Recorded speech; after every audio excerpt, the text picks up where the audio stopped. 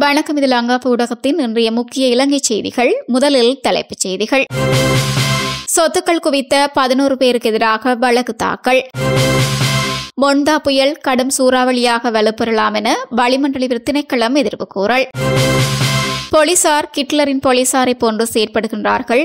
உதய கம்பன் விளக்காட்டம். உலகில் பார்வையிடக்கூடிய சிறந்த நகரங்களில் ஒன்றாக யாழ்ப்பாணம் தெரிவு.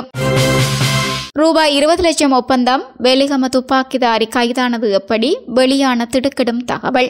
தொடர்பென விரிவான செய்திகள்.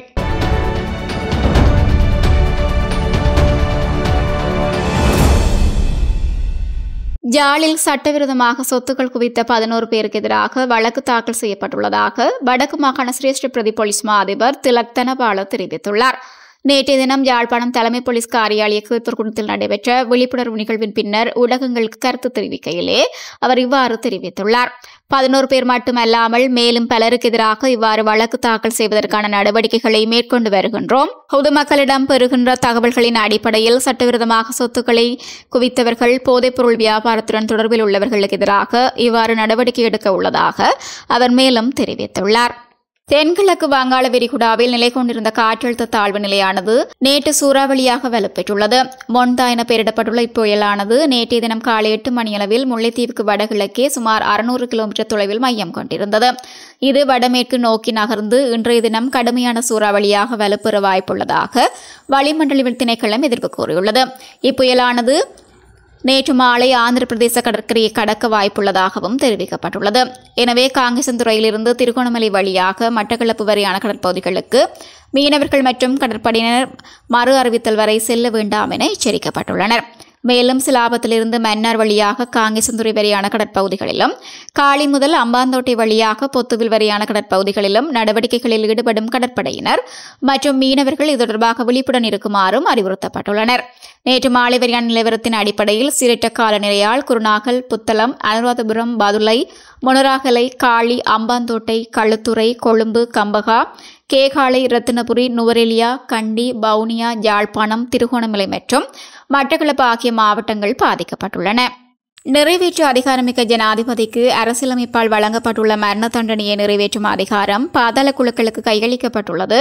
போலீசார் கிட்லரின் போலீசாரை போன்று செயற்படுகின்றார்கள் என பிபதுருகல உரிமைய கட்சியின் தலைவரும் முன்னாள் பாராளுமன்ற உறுப்பினருமான உதய கம்பன் தெரிவித்துள்ளார். ஜனாதிபதி அனுரகுமார திசாநாயக்க ஆட்சிக்கு வந்து 1 வருடம் நிறைவடைந்துள்ளன. ஆட்சி அதிகாரத்தை கைப்பற்றுவதற்கு பல வாக்குறுதிகளை வழங்கினார். ஆனால் ஒரு வாக்குறுதிகள் கூட இதுவரையில் நிறைவேற்றப்படவில்லை. முன்னாள் ஜனாதிபதிகளின் சிறப்புரிமைகள் சட்டத்தின் ஊடாக பறிக்கப்பட்டன. இதனால் பொதுமக்களுக்கு எவ்வித பயனும் கிடைக்கவில்லை. விடுதலை புலிகள் அமைப்பின் காலத்தில்தான் நாட்டு மக்களும் அரசியல்வாதிகளும் அச்சமடைந்திருந்தார்கள்.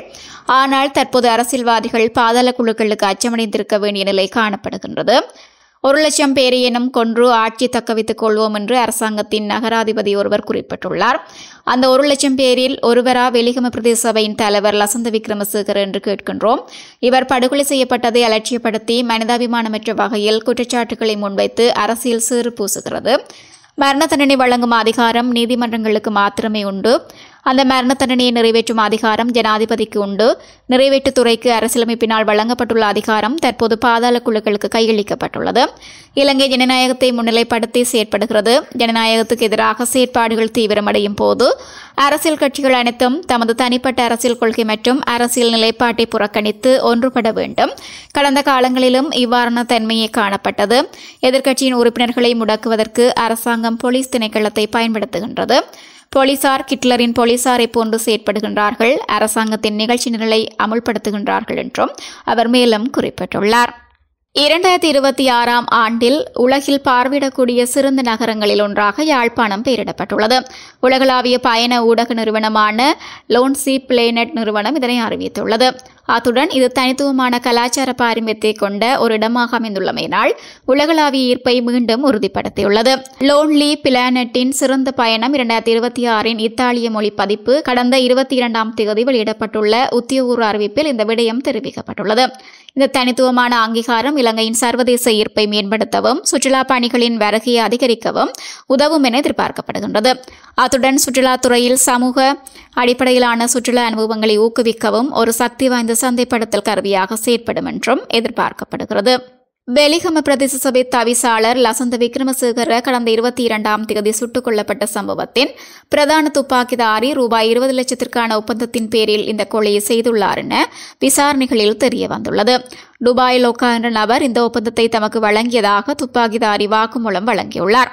கொலைக்கு பயன்படுத்தப்பட்ட உந்துருளிகளில் சந்தேக நபர்கள் தப்பிச் செல்லும் காட்சிகள், அத்துடன் பல்வேறு சந்தர்ப்பங்களில் அவர்கள் பிரிந்து செல்லும் காட்சிகள் சிசிடிவி கேமராக்களில் பதிவாகியிருந்தன. அதன் அடிப்படையில் காவல்துறை விசாரணைகளை ஆரம்பித்திருந்த நிலையில் கெகிராவ பொனேகம பகுதியில் கைவிடப்பட்டிருந்த வீடொன்றில் மறைந்திருந்த பெண்ணொருவரும் 2 ஆண்களும் நேற்று அதிகாலை கைது செய்யப்பட்டனர். எனினும் துப்பாக்கிதாரி என்று சந்தேகிக்கப்பட்ட நபர் காவல்துறையினரிடம் போராடி தப்பிச் சென்றார். கெகிராவிலிருந்து தப்பிச் சென்ற துப்பாக்கிதாரி கொழும்புக்கு வந்துள்ளமை தொலைபேசி தரவுகள் மூலம் உறுதி செய்யப்பட்டது. இதனை அடுத்து காவல்துறை மற்றும் காவல்துறை விசேட அதிரடிப்படை இணைந்து கொழும்பின் பல பகுதிகளில் சோதனைகளை மேற்கொண்டனர்.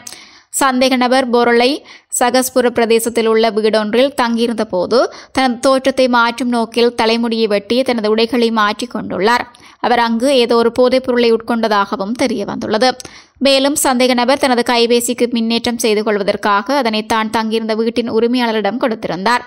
காவல்துறை சோதனையின் போது அந்த தொலைபேசி மீட்கப்பட்டதுடன் வீட்டின் உரிமையாளரும் கைது செய்யப்பட்டார்.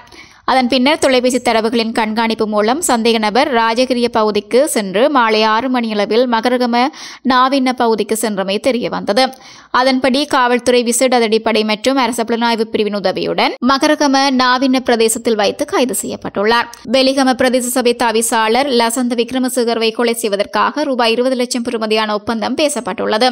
இந்த ஒப்பந்தம் துபாய் லோகா என்ற நபரால் வழங்கப்பட்டுள்ளதாக விசாரணைகளில் தெரியவந்துள்ளது. ஒப்பந்த தொகையில் ரூபாய் 12 லட்சம் கடந்த 22ஆம் தேதி வழங்கப்பட்டுள்ளது.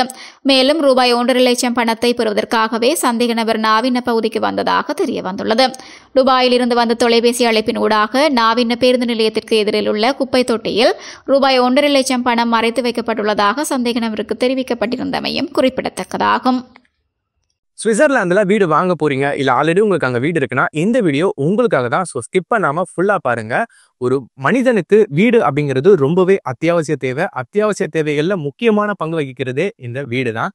ஸோ அப்படி வீடு வாங்குறது, விற்கிறது, இது சம்பந்தமா உங்களுக்கு இருக்கிற நிறைய ப்ராப்ளத்துக்கு சொல்யூஷன் தர ஒரே இடம் தான் உங்கள் செல்வாசக். Your future our vision. இப்போ சுவிட்சர்லாந்துல வீட்டோட வட்டி விகிதத்துல நல்ல மாற்றம் வந்திருக்கு, நிறைய குறைஞ்சிருக்கு. ஸோ நீங்க ஏதாவது அக்ரிமெண்ட் போட்டு வச்சிருக்கீங்கன்னா இப்பவே அதை ரெனிவல் பண்ணி மாற்றி வச்சுக்கிட்டீங்கன்னா உங்களுக்கு நிறைய ப்ராஃபிட்ஸ் இருக்கும். ஸோ இது சம்பந்தமா உங்களுக்கு ஏதாவது அப்டேட்ஸ் வேணும், இந்த மாற்றத்துல உங்களுக்கு ஏதாவது டவுட் இருக்கு அப்படின்னா மறக்காம ஸ்கிரீன்ல தெரிய நம்பருக்கு கால் பண்ணுங்க.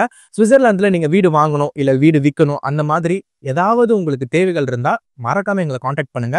உங்களோட எல்லா தேவைகளையும் உங்க ஃபேமிலியில ஒரு மெம்பரா இருந்து நாங்க பார்த்து பண்ணி கொடுப்போம். இது உங்கள் செல்வாசக். இச்செய்திகளுக்கு பிரதான அனுசரணை செல்வாசோக் இமோபிலியன், சுவிஸ் நாட்டில் முன்னணி நிறுவனம்.